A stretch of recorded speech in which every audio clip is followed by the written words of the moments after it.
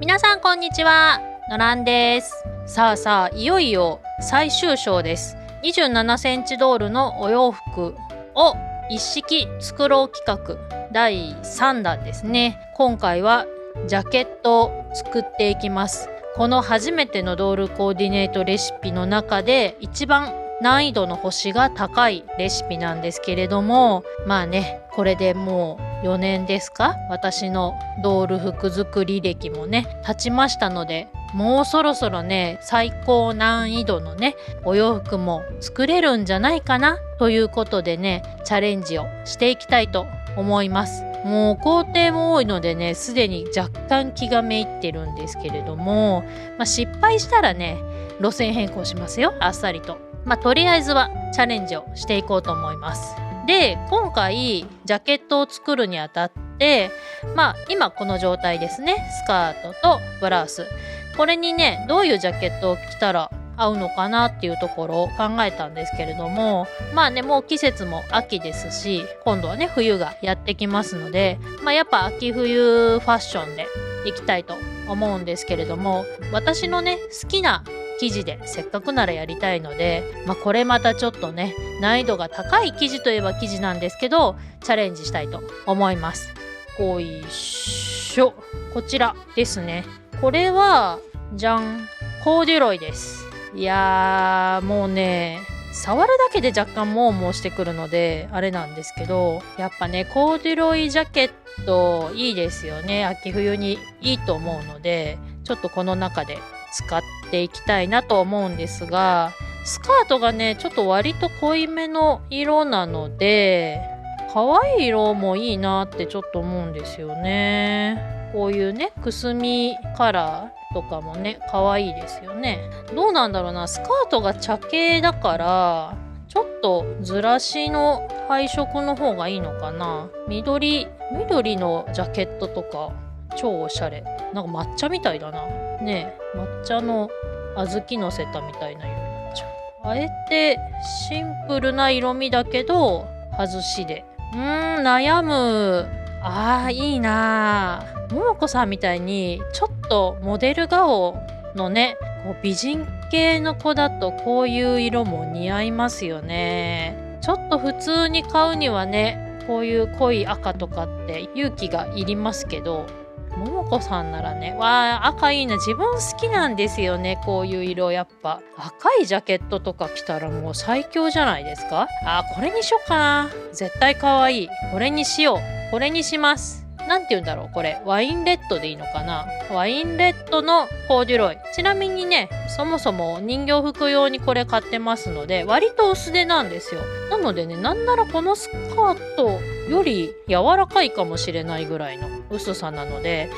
そんなに縫うのにごわつくとかってことは多分ないと思います。問題はゴミがめっちゃ出るのと、言うてもほつけてくるので、この辺の処理。あとはやっぱこのコーデュロイはねこのラインがあるので、縦横上下を間違えないように布を取らないと、すごいねちぐはぐな、こっちは縦縞こっちは横縞なんてことになったらかっこ悪いですので、基本縦縞なのかな。なんとなくコーデュロイのお洋服ってそんなイメージありますよね。なんでちょっとその取る方向は気をつけていきたいと思いますけれども、今回はねなんでこれを使います。それでは本日は初めてのドールコーディネートレシピからコーデュロイのジャケットを作っていきたいと思います。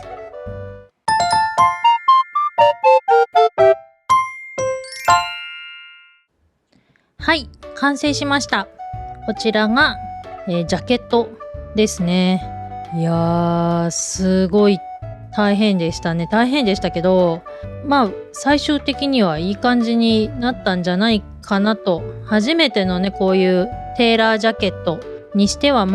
合格点でいいんじゃないかなというふうに思います。で、まずね今回かかった時間なんですけれども、結構かかりました。まず、最初の裁断ですね。で、今回コーデュロイを使ったので、ちょっとあらかじめ切っておくと、かかった時間によってはもさもさになっちゃうかなと思ったので、最初の裁断はもうほんと書いてざっくり切っとくだけにして、作業をしながら切っていくというスタイルにしましたけれども、ライン書いてざっくり切るとこで25分ですね。で、そっから実際に作る作業ですけど、かかりましたね。3時間30分かかりました。なので合計で、約4時間ですか。3時間55分かかりましたね。なかなかでした。途中これ形になるのかなって思いながら作ってましたね。やっぱりこの襟の部分がいわゆる普通のこのブラウスの襟とかとはもう全然形が違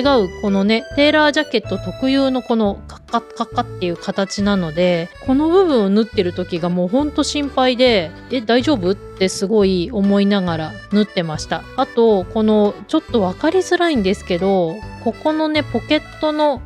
この部分に、タックが入ってるんですよ。なのでここもね結構ドキドキしましたね。でしかもこれ表だけじゃなくて、この裏側内側の裏布にもタックをちゃんと入れるので、結構そこが緊張しました。いやでも見てくださいよ、このね内側のこの感じ、もうまさにジャケットのねここだけテカテカした化繊のねやつが入ってて、こっちは普通のジャケット生地だったりっていうこの感じまんまですよね。すごい仕上がりはもう抜群です。このだから裏地の中はもう糸くっちゃくっちゃですけれども、この最後裏返した瞬間にこの美しい仕上がりがねやってきました。すごい。なので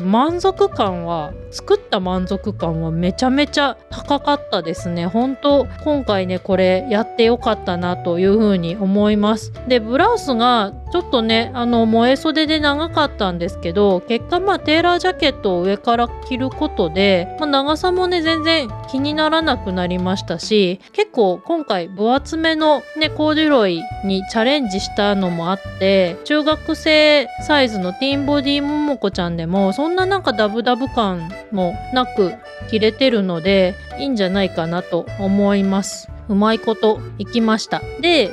前回ですねちょっとコメントでもいただいてたんですが、この袖付けですね、私もねすごい上手ってわけじゃない、むしろ全然今でも苦手なんですけど、このねどうやって袖をつけるかっていうところがあんまりねうまく説明できないんですけど、自分なりのコツというかねポイントがあるので、ちょっとそのお話をしようかなと思います。基本ねお袖の形ってよく型紙ってこういうような形に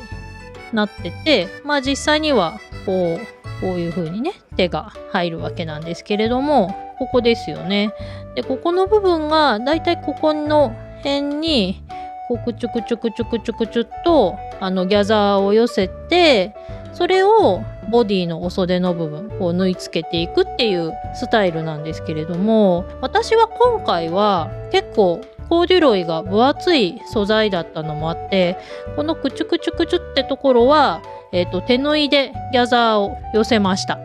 でこれどのぐらい寄せるかっていうのはもう結構ね私は感覚だと思います。もちろん本によってはどのぐらいとか書いてあるのもあるんですけども、最終的にはその型紙本の仕上がりの写真を見て、すんごいギャザーを寄せるようなお洋服、例えば可愛らしいガーリーなブラウスなんかはそうですけども、こういう感じでねこうふわっとしたお袖になるようなタイプだともうがっつりシワを寄せるんでしょうけど、今回みたいに普通のもうこういう感じですよね。がっつり膨らんでもいないようなタイプの場合はもうほんとこの肩の上の部分だけくちゅくちゅっとするだけなので、手縫いでまさに5回4回5回6回ぐらいこう波縫いをしてキュッキュッと寄せるっていう感じになると思います。で大事なのは一回ちょっとアイロンで押さえるのが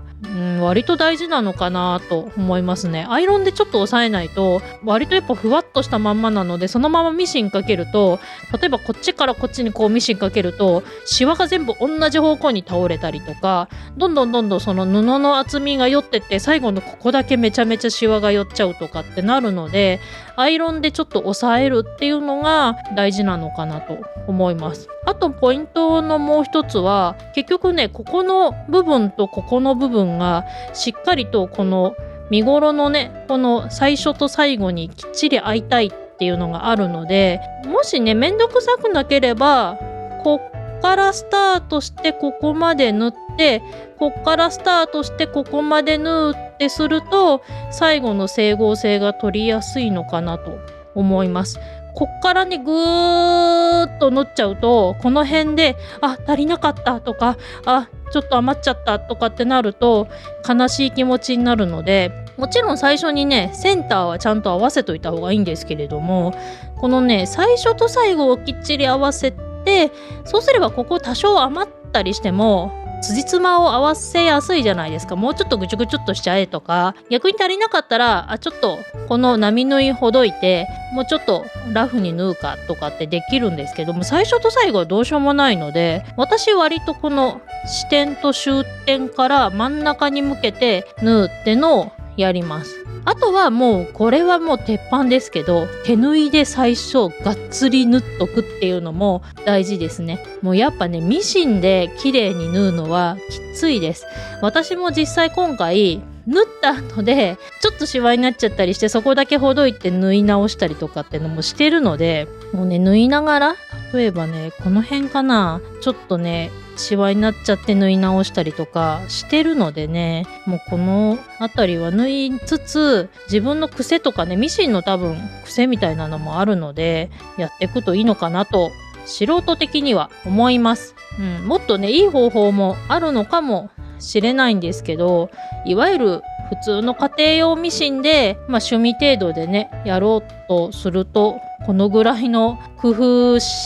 がまず第一なのかなという感じです。なのでね、今回ちょっと分厚い布を使ったのもあって、ここはうまくいったんですよ。袖はすごいうまくいったんですけど、このねテーラージャケット特有のこのカクンカクンっていうのがね、あんまうまく出てくれなかったんですよね。しょうがないんですけど、強いて言うとここがもうちょっとねそれっぽく出てればよかったなとは思いますけれども、いやこの色めっちゃ良くないですかね。おしゃれ、もうまさに秋のファッションですよね。このねスプリングホックも